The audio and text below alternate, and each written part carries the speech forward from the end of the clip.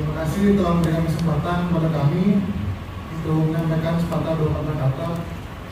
Mungkin memang tidak ada persiapan memang saya untuk ngobrol di sini. Cuma yang mungkin bisa saya sampaikan adalah kegiatan seperti ini memang kegiatan yang kita butuhkan sebagai pemuda di era-era sekarang. Kita tahu memang pemuda sekarang bisa dikatakan terlalu segmented ya, bisa terkotak. Kita orang sini, kita orang sini, kita orang sini. Gak ada istilahnya kayak kesatuan yang mengikat kita sebagai bangsa, satu bangsa. Oleh karena itu mungkin bisa saya sampaikan adalah ya kegiatan-kegiatan seperti ini harus dilakukan lebih sering lagi. Untuk antusiasme teman-teman juga saya harap bisa ikut berperan dan ikut juga di acara ini dengan sering gitu. Sehingga nanti kita bisa membentuk yang namanya ikatan antar bangsa sebagai pemuda terutama. Mungkin sekarang saya sampaikan, kurang lebihnya mohon maaf karena ini tidak ada persiapan juga. Terima kasih. Yang Maha Kuasa dan dengan didorongkan oleh keinginan luhur bagi kita. Amin. Terima kasih Bapak Ibu atau adik-adik atau kawan-kawan dan juga rekan-rekan sekalian. Perkenalkan, nama saya Rahmat Santoso. Saya dari Denajat Jombang. Kalau etnis, saya etnis Jawa. Kalau ini istri saya etnisnya dari Sulawesi. Nah, dari Sulawesi. Nah, kalau anak-anak saya ini juga dari Jawa, provinsi Jawa ya, dari Sulawesi juga Jawa. Untuk rekan-rekan sekalian, apa yang ada di dalam benak kita bersama tentang bersatu membangun bangsa. Ini sebetulnya sebuah pertanyaan yang sangat besar sekali. Singkat yang menapeli padat. Bersatu membangun bangsa. Yang bersatu siapa? Terus apanya yang dipersatukan? Terus yang bangun siapa? Dan kenapa harus dibangun? Itu kan ini bukan sekedar jargon, kalau itu hanya cuma sekedar ditempel sama beliau-beliau ini, jelas itu bukan hal yang hal yang sangat sepele paling ya kan. Nah di sini bersatu, yang bersatu itu adalah jiwa-jiwa kita ini. Manunggalnya keimanan dan juga kemanusiaan itu harus bersatu. Keimanan dan kemanusiaan. Sila pertama dan juga sila kedua bersatu. Terus bangun. Yang dimaksud dengan bangun itu apanya yang bangun? Kalau menurut panjenengan apanya yang bangun kira-kira? Jiwanya. Jiwanya, tepat sekali. Jadi yang pertama harus dibangun adalah jiwanya. Jiwa sesuai dengan lagu kebangsaan yang diciptakan oleh Wage Supratman, ya, dengan tetesan darah beliau Wage Supratman menulis itu, bangunlah jiwanya, bangunlah badannya. Untuk siapa? Untuk Indonesia Raya. Indonesia Raya, bukan Indonesia Mini, tapi Indonesia Raya atau Indonesia saja. Oh tidak, tapi raya. Tapi lihat konteks susunan bahasa di dalam lagu kebangsaan Indonesia Raya. Yang saat itu di Kongres Pemuda kedua, tepatnya tanggal 28 Oktober 1928, itu tidak boleh dinyanyikan. Karena apa? Penjajah Belanda. Penjajah Belanda saat itu gempar melihat teks lagu dari Wage Supratman. Ingat namanya Wage Supratman. Wage itu ada sejarahnya, namanya Wage Supratman. Jadi Rudolf itu embel-embel. Jadi kesannya ketika ditambah Rudolf, di situ seakan-akan lagu kita itu dikasih sama penjajah. Bukan, namanya adalah Wage Supratman. Lahirnya juga jelas, gitu ya. Nah beliau Wage Supratman menulis lagu Indonesia Raya itu, kenapa kok pada waktu tanggal 28 Oktober itu tidak boleh dikumandangkan hanya menggunakan biola, ya, hanya menggunakan biola saja. Karena ketika mendengar merdeka Indonesia Raya, merdeka, itu sontak sekali membakar semangat para generasi muda saat itu hingga detik ini. Karena di dalam lagu Indonesia Raya itu, sebelum masuk Indonesia Raya itu ada hanya Indonesia, tanah airku Indonesia, tumpah darahku Indonesia, dan lain sebagainya. Tapi ketika masuk ke dalam, setelah konteks membangun jiwa, ya, bangunlah jiwanya, bangunlah badannya untuk Indonesia Raya. Lagu itu berikutnya, teks itu Raya Indonesia Raya, Indonesia Raya, Indonesia Raya. Semuanya raya semuanya. Yang raya itu adalah apa? Jiwa kita yang raya. Semangat kita harus juga raya, bukan mini. Nah, di situ yang dimaksud bersatu bangun bangsa. Kalau sudah bangun dengan lagu itu, bangunlah jiwanya, bangunlah badan. Kalau sudah bangun, ya harus membangun. Di situ ada, di dalam lagu itu juga tersebut ada 7 hal di situ. Kalau kita ingin negara kita betul-betul raya, ada 7 hal. Nah, nanti dari kawan-kawan bisa melihat konteksnya itu, sampai ada lagu Indonesia Raya 3 stansa. Itu ada. Itu bisa di searching di Mbah Google atau di googling saja. Lagu Indonesia Raya 3 stansa itu originalnya, karya dari Wage Supratman. Karena durasinya sangat begitu panjang, banyak potongan-potongan, sehingga hanya 1 stansa. Sebetulnya ada 3 stansa. Nah, kawan-kawan, ini di sini kita masih bersatu terus bangun, belum masuk ke masalah bangsa. Bersatu bangun.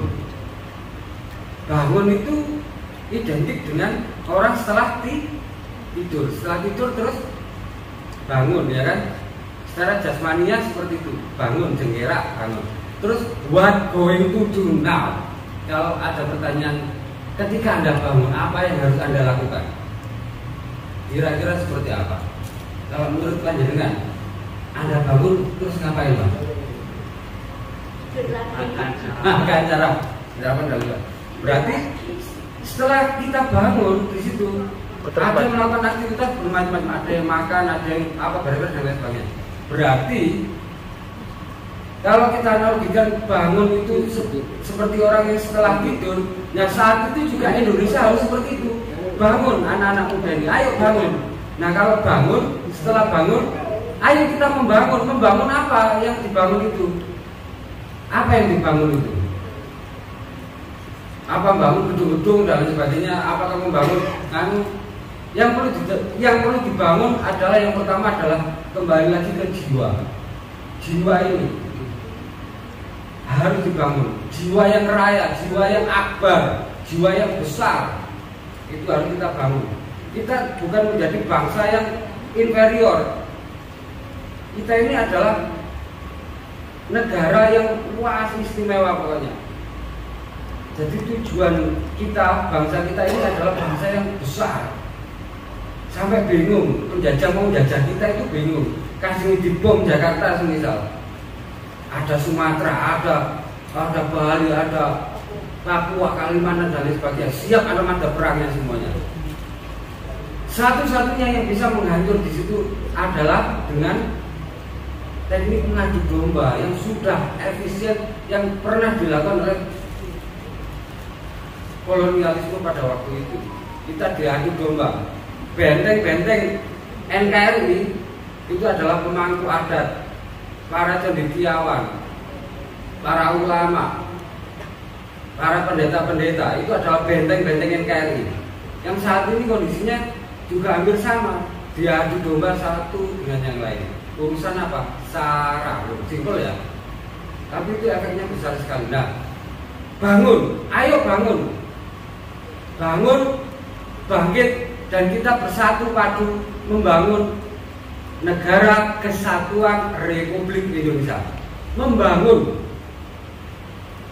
bangun dulu jiwa akbar ini. Kita adalah bangsa yang besar, bangsa yang terhormat, akbar. Sama halnya ketika Anda jauh-jauh datang ke Jombang, belajar dan lain sebagainya, banyak hal di situ Anda ingin mempelajari banyak hal. Kami pun juga sama, kami juga ingin belajar dengan Anda. Nah, kalau sudah membangun bangsa, bangsa itu yang mana sih? Apa bangsawan? Bangsa ini tangyawan? Oh, bukan. Bangsa itu apa bangsa? Bangsa itu ya antara saya, panjenengan, semuanya ini adalah bangsa. Kita harus berdaulat. Hakikatnya merdeka seperti apa? Kita tidak terjajah oleh apa? Oleh apa? Kira-kira oleh apa? Ada yang tahu? Iya, oleh penjajah pasti. Kalau yang menjajah, lah ini loh, siapa yang menjajah kita? Ideologi dari bangsa asing yang saat ini sudah mulai masuk. Yang saat ini sudah mulai masuk dan akan memecah belah persatuan kita. Ini bahaya besar. Bahaya besarnya apa? Bukan badai, tsunami dan apa itu tidak. Longsornya jati diri bangsa Indonesia. Itu yang bahaya. Kalau jati diri kalian sudah longsor, kita tidak akan pernah menemui sebuah titik temu, yaitu menjadi bangsa yang akbar. Atau apa? Puncak-puncaknya adalah puncak-puncaknya negara kita ini apa? Menjadi imam perdamaian dunia sesuai teks pembukaan Undang-Undang Dasar 45. Jadi burung Garuda itu punya tujuan, bukan gourmet template ngoplok gitu, tidak. Garuda Pancasila yang akbar itu punya tujuan. Tujuannya apa? Tujuannya adalah perdamaian dunia. Jadi bangsa kita adalah imamnya perdamaian dunia. Dan kita akan menuju ke sana. Dasarnya apa? Jati diri bangsa kita, fondasinya harus kuat. Maka bahaya terbesar adalah longsornya jati diri bangsa Indonesia. Mohon diingat-ingat, karena kita punya tujuan akbar, yaitu menjadi imam perdamaian dunia atau superpower perdamaian dunia adalah bangsa Indonesia. Tepuk tangan untuk NKRI. Kawan-kawan sekalian, ini sebetulnya tentang apa namanya Sumpah Pemuda. Bersumpah itu, kenapa pada waktu Sumpah Pemuda itu semuanya dihadirkan untuk seluruhnya berdiri. Berdiri itu lambangnya adalah alif. Alif itu tegak. Dan itu lambangnya kita semuanya dalam bersumpah. Menyanyikan lagu Indonesia Raya, semuanya harus berdiri, ya kan? Tidak ada yang selonjoran dan tidak, semuanya berdiri. Kenapa demikian? Itu lambangnya alif juga. Tegak. Jadi kita bersumpah. Bersumpah pada siapa? Kepada Tuhan seluruh semesta alam. Jadi kita bersaksi di sini. Kita bersaksi, menyanyikan lagu itu dengan jiwa kita, dengan ruh kita. Bukan sekedar bernyanyi. Tapi di situ ada jiwa-jiwa tersendiri yang akan masuk ke dalam diri Anda, sehingga akan membangkitkan jati diri Anda atau mengingatkan jati diri Anda yang sejati. Di situ. Sama halnya seperti sumpahnya, sumpah apa namanya? Palapa. Nah, ada tiga sumpah ya di situ ya. Ada pertama sumpah Amukti Palapa, terus yang kedua ada sumpah apa pemuda, yang berikutnya adalah sumpah jabatan. Itu kalau dilanggar itu bahaya.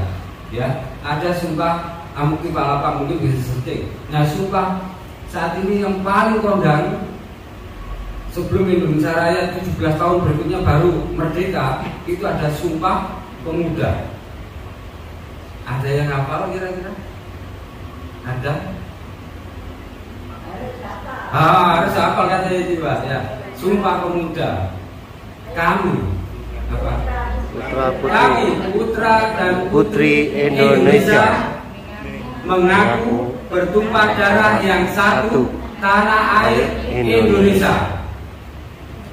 Yang kedua ya, kami putra dan putri Indonesia mengaku berbangsa yang satu, bangsa Indonesia. Kami, putra dan putri Indonesia, menjunjung bahasa persatuan bahasa Indonesia. Nanti kita ucapkan bersama-sama supaya kita saling mengingat dan mengingatkan. Tujuan silaturahmi adalah saling ingat, mengingatkan. Barangkali saya ada yang salah, mohon diingatkan. Demikian. Nanti kita baca bersama-sama, kita berikrar bukan pada yang lain, tapi berjanji pada diri kita masing-masing, kepada tanah air kita. Bahwasanya kalau saya bilang Indonesia Raya, 1, 2, 3, Indonesia Raya. Gini ya. Kalau gini berarti itu identik belum merdeka, ya. Jadi kalau gini Bekar itu adalah merdeka, ya. Indonesia Raya, ya. Indonesia Raya. 1, 2, 3, Indonesia Raya. Ya, terima kasih. Assalamualaikum warahmatullahi wabarakatuh. Yang diberikan kepada saya. Perkenalkan, nama saya Muhammad Tahir Kuliwe. Saya dari Maluku.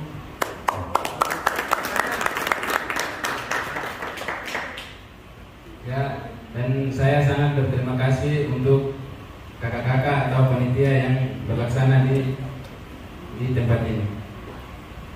Dan di sini saya mau bertanya tentang Sumpah Pemuda.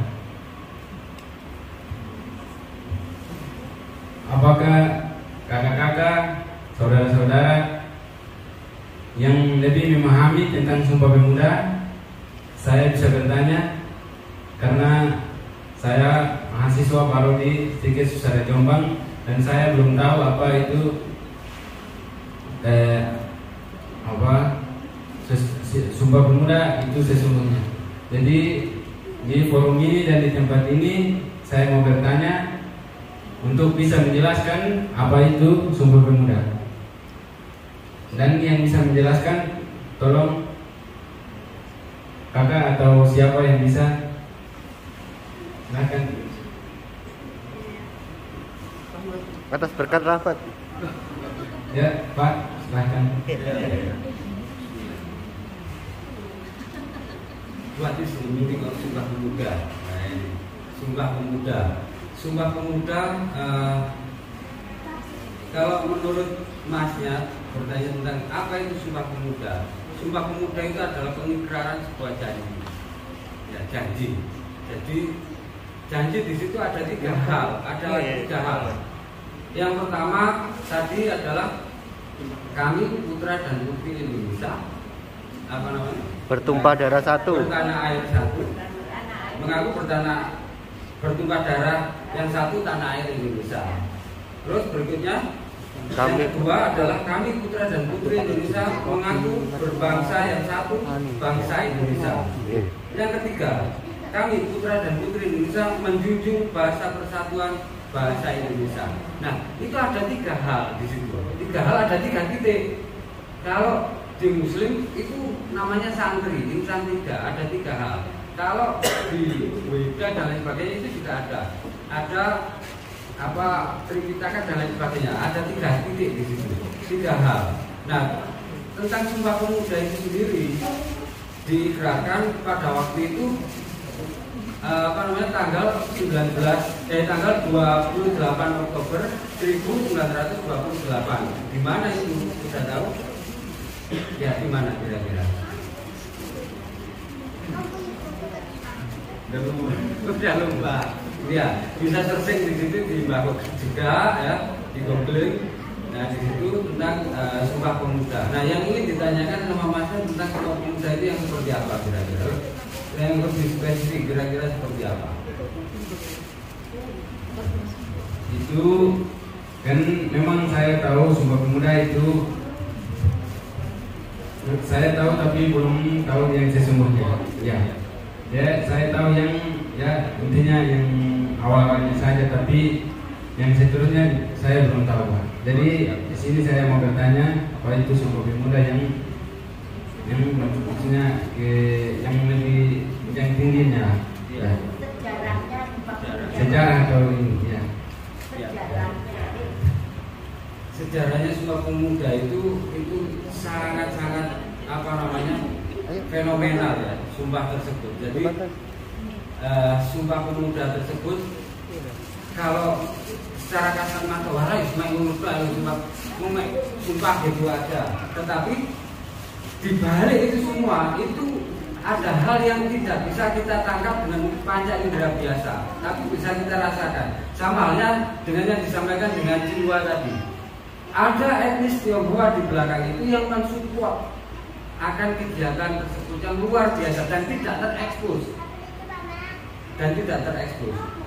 Nah itu juga tidak tercatat di situ. Tapi saat ini akhir-akhir ini sudah mulai bermunculan jadi ya. Nah sudah ada pengakuan bahwasanya etnis Tionghoa di situ sangat mensupport dan NKRI banget loh. Nah tentang sejarah Sumpah Pemuda lebih detailnya. Selamat malam, salam sejahtera untuk kita semua. Perkenalkan, saya Lydia, mewakili saudara-saudara pemuda dari Nusa Tenggara Timur atau NTT.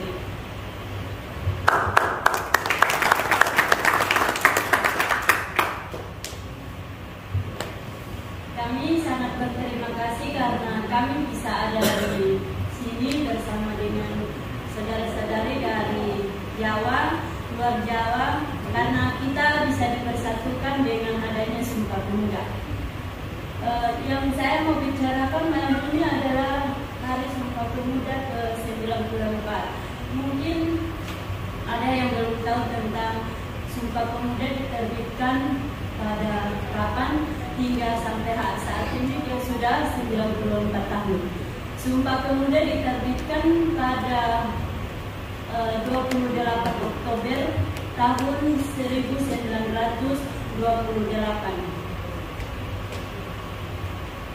Jadi di sini saya mau mengatakan bahwa kita harus berterima kasih kepada pemuda-pemudi pada tahun itu karena mereka bisa mendirikan Sumpah Pemuda dengan kita bisa bersatu bangsa, bersatu bahasa.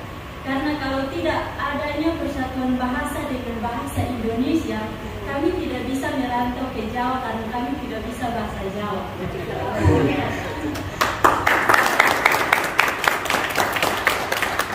Dan begitu pula orang Jawa tidak mungkin ke NTT karena tidak bisa bahasa NTT.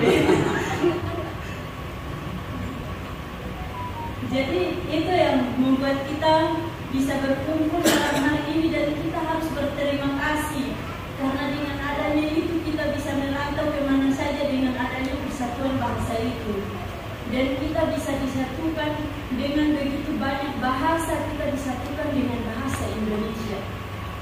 Dan itu yang membuat kita harus berterima kasih kepada bangsa Indonesia. Karena Soekarno juga pernah mengatakan bahwa anak-anak muda dari umur 21 ke atas dan dia tidak punya pendidikan, tidak punya apa-apa, itu dia mau kemanakan. Dan di situ saya sampai sekarang punya satu pertanyaan, bagaimana caranya untuk anak-anak atau pemuda-pemudi di umur 21 ke atas itu bisa punya cita-cita? Mungkin ada pikiran-pikiran dari yang sudah lebih tua dari kami di sini karena kami di sini masih muda. Dan kadang-kadang kita pikir bahwa jangan-jangan dengan adanya perkataan Soekarno itu, pemuda-pemudi yang umur 21 ke atas yang tidak punya cita-cita bisa merasa dikecilkan atau bagaimana. Tapi dengan adanya pemersatuan bangsa, jadi punyalah lowongan-lowongan pekerjaan yang bisa membantu semuanya karena dengan adanya pemersatuan bangsa Indonesia ini.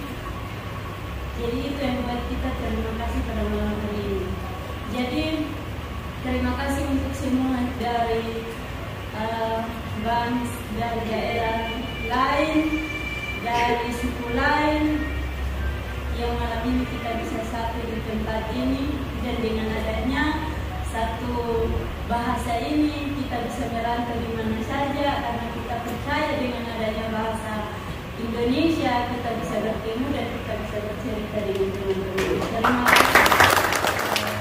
ya, dan rekan-rekan semua yang telah datang pada malam hari ini. Ya, Om Swastiastu. Assalamualaikum warahmatullahi wabarakatuh. Shalom. Salam sejahtera bagi kita semua. Alhamdulillah. Perkenalkan, nama saya Eka dari Sumatera Pertaya. Di sini saya bersyukur bisa ikut hadir dalam forum membahas mengenai Sumpah Pemuda. Jadi dari Sumpah Pemuda itu kita dapat belajar, dapat mengambil poin pentingnya itu. Jadi kita itu dari zaman dulu, para pemuda-pemudi atau bisa kita bilang pendahulu kita itu dari Sabang sampai Merauke bersatu demi mencapai kemerdekaan. Jadi di situ mereka menginginkan atau mempunyai cita-cita untuk saling bersama memiliki satu tujuan untuk lepas dari penindasan bangsa Belanda atau bangsa Eropa yang menjajah pada saat itu. Yang telah dijelaskan dari Bapak Ibu tadi pemateri dari Jawa Bali, Jawa Sumatera dan lain sebagainya, mereka berkumpul menjadi satu, menguatkan tekad mereka untuk mencapai kemerdekaan, menumbuhkan rasa nasionalisme bersama demi mencapai kemerdekaan itu tadi. Dari situlah bibit-bibit nasionalisme atau rasa ingin merdeka dari bangsa penjajah itu muncul dan berkembang sampai sekarang di era modernisasi ini. Selanjutnya mungkin pesan dari saya, kita sebagai generasi penerus bisa tetap mempertahankan ketiga sumpah yang tadi, berbangsa satu bangsa Indonesia, berbahasa satu bahasa Indonesia, bertumpah darah satu tumpah darah Indonesia. Kita tetap memegang teguh itu meskipun kita berbeda-beda, tetapi tetap satu juga. Terima kasih dari saya. Mohon izin, terima kasih atas waktu yang diberikan kepada saya bisa berdebat ini. Dan kita seperti yang tadi adik saya, teman saya bilang, kita itu bersyukur sekali karena kita di sini itu kadang-kadang kita merasa kita itu minoritas, dan kadang-kadang kita itu merasa kayak, makanya orang Jawa itu kalau kita kayaknya susah kalau kita mereka sama mereka itu kayaknya susah karena kita pikiran kita minoritas itu. Tapi karena dengan halnya seperti ini, makanya kita sangat bersyukur sekali. Kita itu mengharapkan suatu saat kalau ada lagi kita bisa diundang lagi ke sini, kita siap. Oke. Bicara soal Sumpah Pemuda yang saya tahu, yang saya pahami, yang pertama, yang ini untuk teman-teman saya atau yang seumuran saya atau yang masih bimbang soal Sumpah Pemuda, saya mau bilang kalau yang pertama harus kita pahami sumpah. Kita harus tahu sumpah itu apa. Dan setelah kita tahu sumpah itu apa, baru kita tarik lagi ke pemuda. Oke, itu sumpahnya para pemuda. Jadi karena sumpah yang dulu itu makanya sampai bangsa kita sampai sekarang tidak terpecah belah. Jadi itu tidak dijajah. Kalau waktu itu tidak ada, sampai saat ini seperti Pak tadi bilang, kita masih dijajah. Dan makanya saya bilang kita harus pahami sumpah itu dulu dan kita pikirkan kematian kita, apakah kita ini masih dijajah atau kita ini merdeka. Jadi yang saya lihat seperti itu. Jadi soalnya kalau menurut saya itu dijajah itu banyak hal, banyak hal ya, bukan soal dijajah zaman sekarang kok soal perang atau bukan soal kesenjataan yang kayak zaman dulu, tapi dijajah zaman sekarang itu ya yang saya lihat itu mulai dari tradisi, terus kadang-kadang budaya kita diambil, kita belajar budaya orang lain, budaya kita diambil terus kita pakai budaya mereka, budaya kita diadopsi dibawa ke daerah mereka, terus mereka balik lagi ke sini, di sana dipakai sampai sekarang kan masalah soal sekarang kan kayak udah internet kan, jadi mereka pakai di sana, udah viral di sana, mereka bawa di sini, kita belajar lagi. Contohnya seperti kayak yang kita lihat di TikTok itu banyak kita sering pelajari maksudnya kayak tarian apa yang punya orang kan, sementara punya sendiri itu banyak sekali, punya sendiri banyak sekali. Kayak contohnya kan kalau di NTT itu jasa ada budaya apa ya, menenun, jasa itu tenun, iya tenun, di sana ada tenun. Sampai sekarang kita bayangkan kepada adik-adik atau teman-teman, kalian tahu tenun? Itu tidak tahu, kita tidak tahu. Iya, orang luar itu pintar. Mereka itu kuliah S3 di sana, mereka ke sana berharap belajar budaya kita. Terus mereka udah tahu karena di kalau itu banyak sekali dan setiap suku itu punya bahasa sendiri. Terus apa yang karya yang mereka buat itu pun berbeda-beda. Jadi di sana banyak sekali apa yang mereka buat itu berbeda-beda. Jadi itu banyak sekali. Tapi ketika kita yang generasi kami, mereka tidak paham, mereka tidak bisa, yang tidak bisa, mereka tidak bisa buat itu. Jadi yang kalau berbicara itu, menurut saya itu kita tidak perlu pikir jauh-jauh soal penjajahan atau apa, kita tidak perlu pikir jauh-jauh. Kita pikir sekarang ini kita dijajah atau kita dimerdeka. Nah seperti itu. Kalau generasi muda, maksudnya kadang-kadang itu orang bilang mulai dari hal yang kecil dulu, kita selesaikan hal yang kecil, hal yang besar itu pasti akan datang. Kita bisa mampu selesaikan itu. Jadi seperti itu. Ya. Jadi terima kasih saya itu mengajak teman-teman atau mengajak pokoknya yang seusia saya lah, mengajak kita semua untuk yang mari kita berpikir kembali soal sumpah. Kita harus tahu pengertian dari sumpah itu apa. Setelah sumpah itu kalau kita kayak pemuda itu setelah sumpah mulut ada isinya, ada 3 itu ya. Yang kita harus pikir kembali ke situ dan bahas itu ya. Tidak perlu satu-satu dipelajari secara mendalam, jangan hanya baca saja. Kalau baca saja kita jadi orang yang kita nggak jadi orang yang tidak punya prinsip, dan kita jadi orang yang tidak punya pendirian. Dan seperti itu. Jadi terima kasih atas kesempatan yang diberikan. Assalamualaikum warahmatullahi wabarakatuh. Assalamualaikum. Terima kasih. Saya Angga.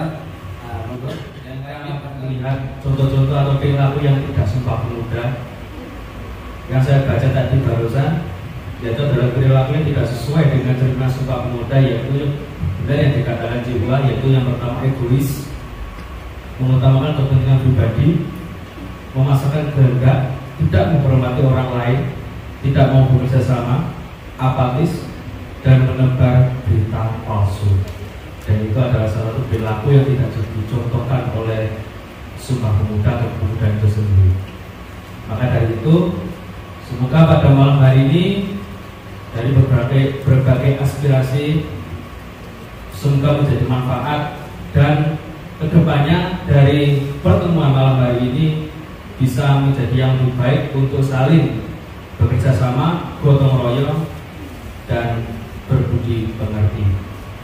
Mungkin dari saya, mungkin Pak Sadat ada yang menambahi untuk closing statement. Ya, untuk closing statementnya.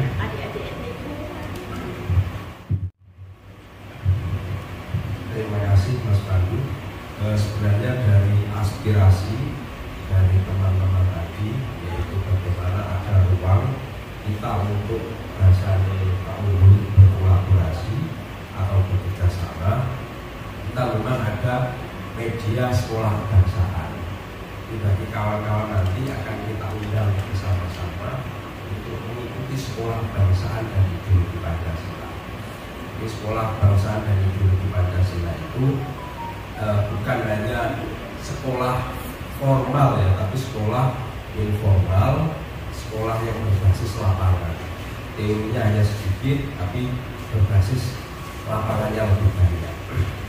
Itu nanti mungkin akan kita gelar sekitar akhir November, karena tanggal 20 kita akan ke Lepeh dan ke Jarak Wonosalam untuk bersama-sama kita belajar etnografi, yaitu membaca kenyataan realitas sosial kebersamaan atau persatuan di dua desa ini.